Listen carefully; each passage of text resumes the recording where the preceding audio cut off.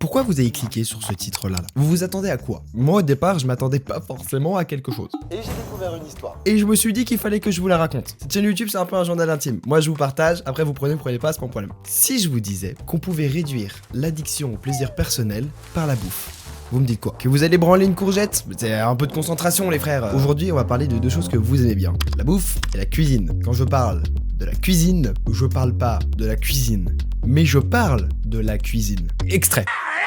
L'anecdote que je vais vous raconter, elle est folle, mais vraie, sur le fait que la nourriture peut arrêter votre orgasme solitaire. L'onanisme. Quel magnifique mot pour dire qu'il faut se... Eh bah, John Harvey Kellogg, il détestait ça. Ni la peste, ni les guerres, ni la variole et les maladies du même genre n'ont produit des résultats aussi désastreux pour l'humanité que la pernicieuse habitude de l'onanisme. Voilà ce qui a été dit en 1877, parole pleine de bonté. Et dans son joli pinon, vous avez dû remarquer quelque chose, ce mec est l'inventeur des Kellogg's. C'est dans le nom. Kellogg's, faut que j'arrête de faire ces gestes.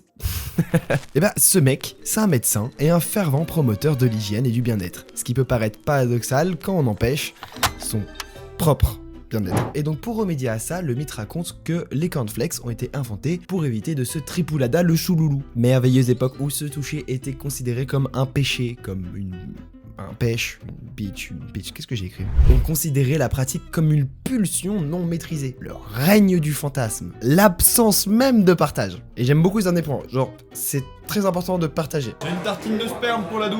Ah oui, je précise quelque chose, hein, quand on parle de plaisir sexuel, c'est uniquement lié aux garçons. Hein. Évidemment, à cette époque-là, les femmes n'avaient pas le droit de se toucher. Le plaisir sexuel des femmes à l'époque, c'était bien critiqué. Même juste le plaisir des femmes. Même juste être une femme finalement. Mais alors, quel est le rapport entre les cornflakes et l'asticage? Kellogg's croyait en une alimentation simple et sans stimulant, ce qui peut avoir contribué à la création des cornflakes comme alternative saine aux aliments plus riches et plus excitants. En gros, si tu vas sur les sites malsains, c'est parce que t'as mal mangé, et donc du coup tu vas mieux manger, et du coup tu vas manger des cornflakes. Sauf que problème, les gens ont adoré les cornflakes. Et qu'est-ce qui est encore plus cool que ces convictions? L'argent. Aujourd'hui, les cornflakes, c'est les céréales les plus vendues au monde. Les mentalités, elles ont vachement évolué, mais bon, même 200 ans plus tard, on va continuer de s'en foutre du plaisir des femmes. Allez, ciao!